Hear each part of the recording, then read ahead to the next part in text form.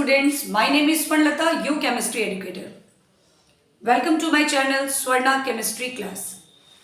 Exam time आ गया है, इसलिए बहुत दिनों के बाद फिर से मैं आपके साथ अपने वीडियो को लेकर आती हूँ, जिसमें कुछ इम्पॉर्टेंट चैप्टर के इम्पॉर्टेंट टॉपिक्स को यहाँ डिस्कस करेंगे हम लोग। सबसे पहले हम लोग केमिकल बॉन्डिंग के एक important topic sigma and pi bond को स्टार्ट करते हैं और फिर ऐसे बहुत इंपॉर्टेंट चैप्टर्स के इम्पॉर्टेंट टॉपिक्स हम लोग डिस्कस करते रहेंगे ताकि आपका रिव्यू होता रहे, रिविजन होता रहे। तो sigma and pi bond, it is a type of bond which is based on valence bond theory. जब हम केमिकल बॉन्डिंग स्टार्ट करते हैं तो हम देखते हैं कि कई बॉन्ड थ्योरीज यहाँ अप्लाइड होते हैं टू शो कि बॉन्ड कैसे बनता है किसी दो एटम के बीच। जब हम वैलेंस बॉन्ड थ्योरी की स्टडी करते हैं तो ये दो केस पर बेस्ड है, दो कंसीडरेशन पर बेस्ड है। एक एनर्जी कंसीडरेशन, दूसरा ऑर्बिटल ओवरलैपिंग कंसीडरेशन। ये सिग्मा और pi bond it is explained on this basis कि ऑर्बिटल ओवरलैपिंग जो है वो होती है और उसकी वजह से जिस तरह का ओवरलैपिंग होता है उस टाइप का बॉन्ड फॉर्मेशन होता है। तो अगर हम सिग्मा और पाई बॉन्ड की बात करें तो sigma bond is formed by the linear overlapping of the atomic orbital. जब हम स्ट्रक्चर ऑफ एटम में पढ़ते हैं देन हम लोग देखते हैं कि हर एक एटम में जो ऑर्बिटल्स होते हैं, जो जहां इलेक्ट्रॉन होता है, एक्चुअली जहां पर इलेक्ट्रॉन के होने की मैक्सिमम प्रोबेबिलिटी मानी जाती है, दैट इज ऑर्बिटल, वो 3 डायमेंशनल है और हर ऑर्बिटल का एक शेप कंसीडरेशन किया जाता है। लाइक अगर हम एस ऑर्बिटल की बात करें तो वो स्फेरिकल है, पी ऑर्बिटल की बात करें तो वो डम्बेल है, डी ऑर्बिटल की बात करें तो वो डबल डम्बेल है और एफ ऑर्बिटल का जो शेप है वो अभी तक अननोन है। तो ये जो ऑर्बिटल के डिफरेंट 3 डायमेंशनल शेप्स होते हैं, जब ये ऑर्बिटल दो एटम के आपस में ओवरलैप करते हैं और इनकी ओवरलैपिंग होती है तो वो जिस तरह से होती है वो दो बेसिस पर, दो पार्ट में डिवाइड कर दिया गया कि if the orbital overlapping takes place, if orbital overlapping takes place linearly, then sigma bond is formed. जैसे आप देख सकते हो, अगर किसी एक एटम का s ऑर्बिटल दूसरे एटम के s ऑर्बिटल से ओवरलैप करता है then there is linear overlapping between them. ये बहुत स्ट्रॉन्ग होता है because the extent of overlapping, जो एरिया ओवरलैप्ड होता है वो बहुत ज्यादा होता है। So the extent of overlapping is maximum, extent of overlapping is maximum and therefore bond is very strong. So bond is very strong. आप कह सकते हो ये सिग्मा बॉन्ड पाई बॉन्ड से बहुत ज्यादा स्ट्रॉन्गर होता है। आप दूसरी ओवरलैपिंग चेक कर लो, जैसे S अगर PZ, this is PZ orbital, this is S orbital से जब कॉम्बिनेशन होती है then there is also linear overlapping, so it also form sigma bond. अगर आपके पास PZ एंड PZ ऑर्बिटल्स होते हैं, one atom has PZ and another has also PZ, then the overlapping is also known as sigma overlapping. यानी यहाँ भी जो bond बनता है that is sigma bond. तो when there is linear overlapping between two orbitals of two atoms, then it is sigma bond. And if there is sidewise overlapping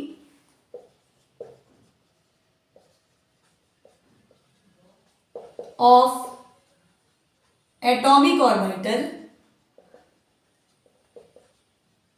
then pi bond is formed.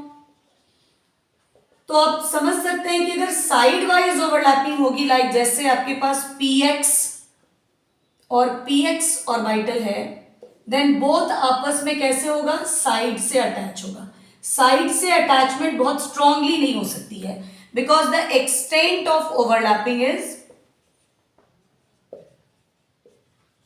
Overlapping is less, और जब overlapping का extent कम होगा then the bond is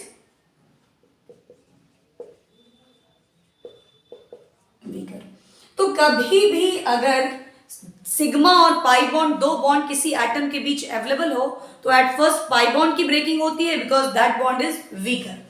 जैसे एक और overlapping आपका pi हो सकता है, like P Y and P Y overlapping. ये दोनों ऑर्बिटल्स भी जब आपस में ओवरलैप करेंगे then the overlapping will be side wise, और ये भी आपका पाई बॉन्ड होगा।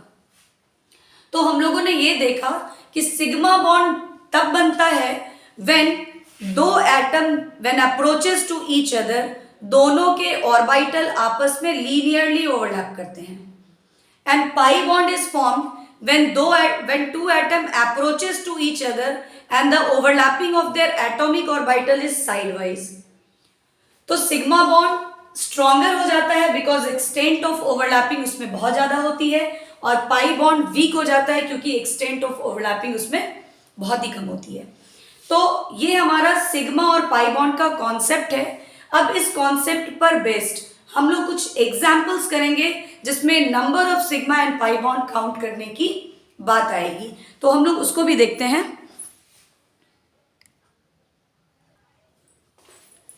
सपोज अगर आपके पास कोई दो एटम है A and A and it has only single bond between them, then this bond is considered as sigma bond।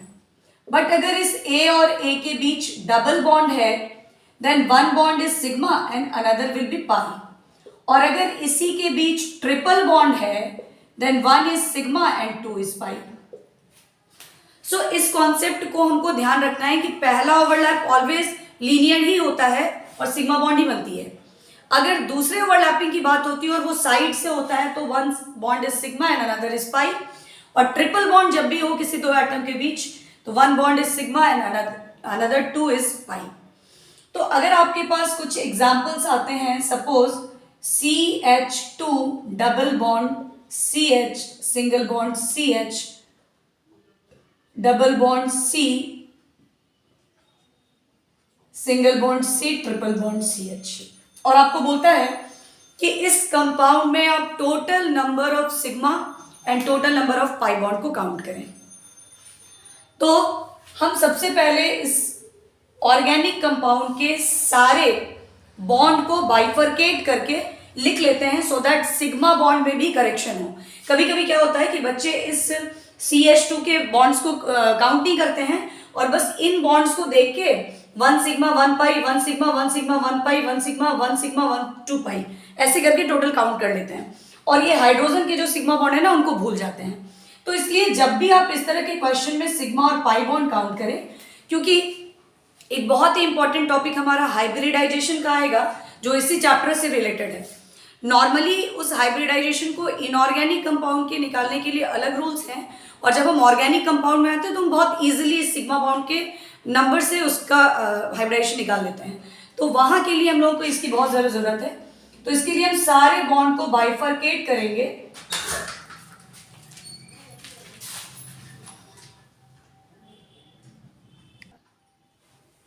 Bifurcate करेंगे और उसके बाद टोटल सिग्मा और टोटल पाई बॉन्ड को काउंट करेंगे। अब हम यहाँ पर इजीली सिग्मा और पाई बॉन्ड को काउंट कर सकते हैं और ये पता कर सकते हैं कि टोटल कितने सिग्मा और कितने पाई बॉन्ड्स अवेलेबल हैं। तो अगर हम यहाँ देखें तो there is 1 sigma, 2 sigma, 3 sigma, 4 sigma, 5 sigma, 6 sigma, 7 sigma, 8 sigma, 9, 10 and 11। So we have 11 sigma bond here. और जब पाई बॉन्ड की बात करते हैं तो there is 1, 2, 3 and 4 pi bond here. ठीक है। वैसे ही एक और एग्जांपल अगर हम किसी बेंजीन और उससे रिलेटेड कंपाउंड की करते हैं तो ये होगा, अगर टॉलुइन की बात हम करें और इसमें बोलते हैं टोटल नंबर ऑफ सिग्मा और पाई बॉन्ड काउंट करने, तो this is the bond line representation जो हम लोग जब ऑर्गेनिक केमिस्ट्री पढ़ेंगे तो वहां देखेंगे कि यहाँ के सारे कार्बन और हाइड्रोजन छिपे हुए हैं। ये it means all zigzag point represent one carbon.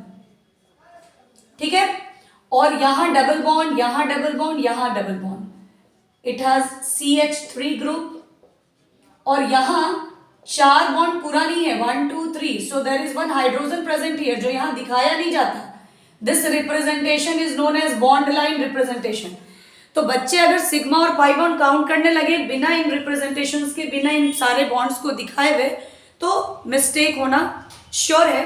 इसलिए कभी भी अगर टोटल सिग्मा और टोटल पाई बॉन्ड काउंट करना हो तो पहले सारे बॉन्ड को बाइफरकेट करके अलग अलग करके दिखा लें और तब काउंटिंग करें. अब हम काउंट करेंगे 1 2 3 4 5 6 7 8 9 10 11 12 13 14 15.